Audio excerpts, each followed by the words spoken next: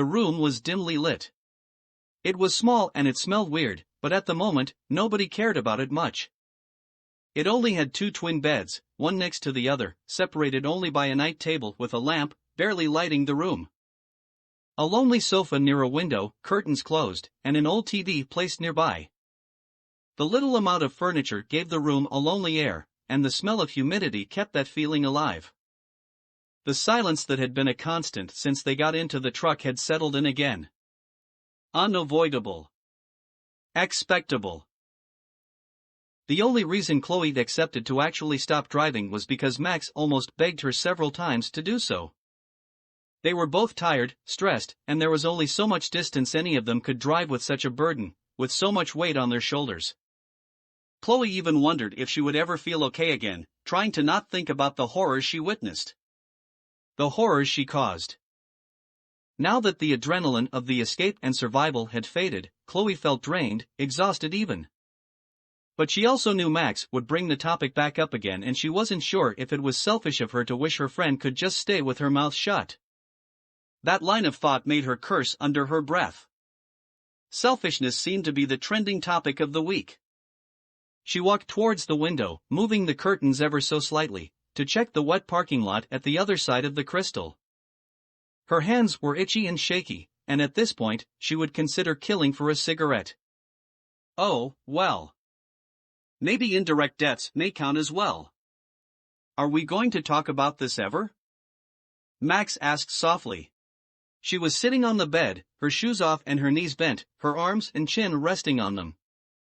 I think you were pretty clear before, Chloe replied, her eyes still fixed outside as the night settled in. We need to plan ahead, Chloe. We can't just, I don't know, aimlessly drive through the country.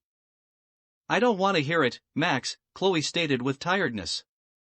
Besides, running away from a fucking supernatural storm doesn't sound like the most logical thing to do. And what do you expect us to do? Max asked coldly. As I said before, giving up would mean all I did to keep you alive and safe was for nothing. Maybe it was. I mean, look at this mess. All those people are dead because of us, Max. How the fuck are you keeping it together so well? This has been driving me insane since the cliff. How can you? Max got up from the bed, shaking her head. You seriously think that I am okay with all that happened? With all the shit I had to go through? You weren't even there when the real bullshit happened. The brunette was furious, her hands clenched in fists, but her eyes showed all the guilt and remorse she was holding back, bright blue and filled with tears. Excuse me. I was fucking dead, Max. Chloe snapped back, dropping the curtain and looking at her friend with fury in her eyes. Like she didn't feel like shit already because of that. As I should be now, so there are no more freak storms. I was supposed to die in that bathroom and you know it. Chloe's voice raised with each word, almost to the breaking point. I told you, you were the only one that could make that choice. I didn't argue with your choice at the time because I didn't fucking expect that shit following us. Or, following me. We can prevent them from hitting again, Chloe. We can do this. I am doing it, Max said, taking a step towards her friend. There is a pattern here. The same one we saw before the first storm. Weird weather events, dead animals, strange shit happening, then the storm. She pointed at the window with emphasis. Exactly the same happened the second time, when I thought it was a terrible coincidence. Are you willing to keep risking lives because you have a fucking hunch? What is wrong with you? Chloe snapped back, annoyed at the fact that she kept denying reality with such strength. I spent the last 3 hours locked in that truck, thinking about this, Chloe, Max said coldly. I'm not taking this lightly. I know that if I'm wrong a lot of people may suffer. She shook her head. But it all makes sense. The weird weather patterns were a warning before that a storm was coming. And the same happens now.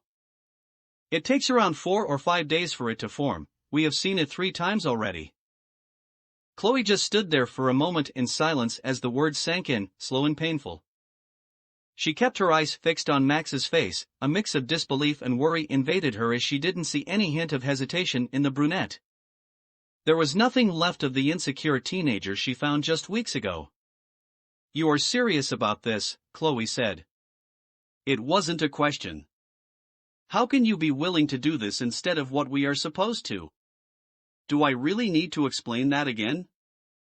Max asked, her tone almost powerless, and Chloe couldn't help but let the rest of her cold anger melt away.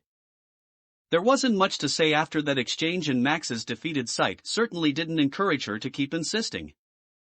Since Chloe didn't actually reply to the brunette, she turned around and went back to bed, sitting in the same position she was before the argument, her dark, blue eyes, tired and puffy from crying, fixed on some invisible point at the other side of the room. With a tired sigh, Chloe resumed her peeking through the window, her mind running a million miles per hour with the possibilities about their resolution, and of course the waterfall of doubts and questions about it. Because who the fuck in their right mind would pick to actually live under those rules anyway? She shook her head and walked away from the window, finally accepting defeat. "So, you said you had a few ideas?" Chloe asked, hesitant. "I do," Max replied, blinking a few times, the emptiness in her sight replaced by sadness again. "We still have a bit left of the money we took from the principal's office. Yeah, we don't know how long it will last though. You're the one running numbers here. What about when we run out of it? If we will be in constant movement, there is no way we can get jobs, or, I don't know." "I assume we could figure it out," Max said, and then shrugged slightly. "I also have a bit in my bank account. I guess we will have to improvise at some point," Chloe said as she started to pace in circles in front of the bed, too anxious to stay still despite being beaten to the bones. "And, what about your parents?" Max tensed at the mention of her parents, and she looked away, feeling half guilty and half terrified.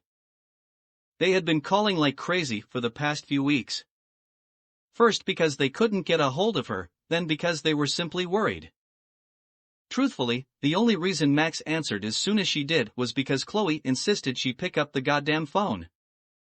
Vanessa told her that Ryan even drove to Arcadia Bay in search of her, though he couldn't even reach the town because of the mess and rescue groups working in the area. The disaster was unprecedented, and Max asked expressly to her mother to not give too many details about it. She wasn't sure her mind and heart could actually bear the guilt and pain of knowing the outcome of what she unintentionally orchestrated. She did get into something of an argument with her mother. Understandably, her parents wanted her to come home as soon as she possibly could. Max agreed that going home was the best option, but she told them it might take longer than they'd like. Part of this was because, still halfway submerged in a haze, she wasn't sure her and Chloe actually could just zip up to Seattle. They were still so tired, so scattered, that their pace was naturally slow. The other part was, she didn't want to just show up with Chloe. Not only did she not really know what to expect from her parents regarding her, but also how it had worked the other way around. Chloe had just lost her mother. If Max needed a break to just get her head together, she couldn't imagine how Chloe felt. Vanessa had told her they were even considering putting out a search and involving the police in that short time before Max had answered them back.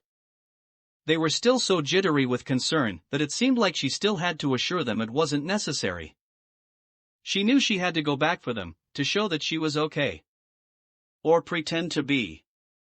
Where else would they go anyway? "Now that we know the storm is chasing us, we can't go there, Chloe," Max said, her voice low as she kept her sight away. "That's bullshit, Max.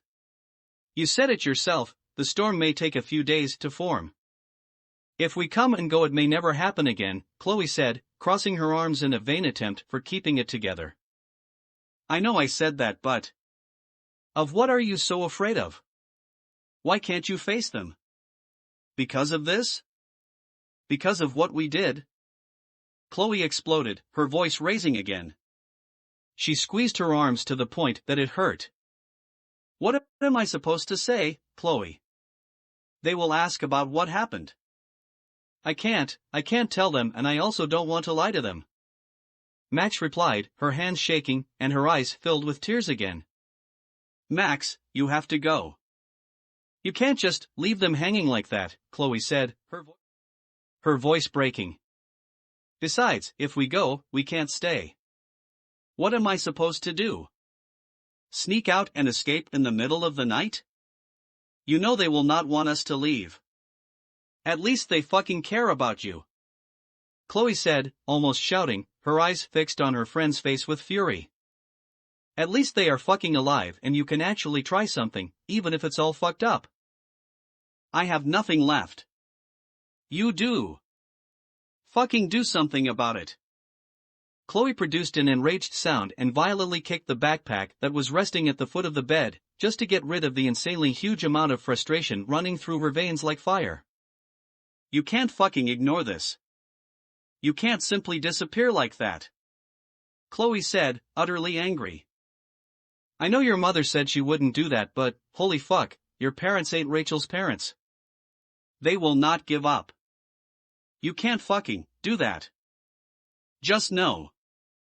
Those words felt like a slap in the face to Max, who simply stared at her friend in disbelief. And then she realized what she must have been thinking, what ideas and feelings must be rampaging behind her furious and teary light blue eyes, looking at her like she was insane. And maybe she was. Maybe everything that had happened made her grow cold in no time. Because even if she felt like shit, it wasn't hitting her as much as she expected it to. She may as well be in shock and denial still. And at some point, she would have to brace for impact. Fine, Max finally agreed, looking away. Chloe's words still burning in her ears and the weird feelings messing with her thoughts, as the punk released another frustrated growl and walked away from her. She sat on the couch, arms crossed and her eyes fixed on the old TV. Max could see by the edge of her eyes the crystal tears rolling down Chloe's cheeks. Cold silence settled down again. It descended upon them, making their skin crawl and their spines shiver. It was a deep, painful silence, the kind of silence that you want to scream to break. The kind of silence that feels like you have someone covering your ears with their hands. Empty. Hollow. Chloe shook her head with anxiety, grabbed the TV remote and turned it on, craving for an escape from her own scary, silent head. The screen came to life, and the first thing Chloe saw was the typical news show setup. A male reporter was talking towards the camera, his expression between concern and cold, with the image of a massive wreck right at his left side. Third storm in a row that scientists can't explain. Following a strange succession of weather anomalies since the past month, this is the third town that is absolutely ravaged by what on the scale would be an E5 tornado, though experts keep saying that nobody had ever seen disasters of this magnitude. These tornadoes caused complete destruction, obliterating and sweeping away almost anything in their paths. The amount of casualties is still uncertain, though we are aware the numbers are getting higher by the minute as the rescue teams, FEMA, and the government work in the affected areas.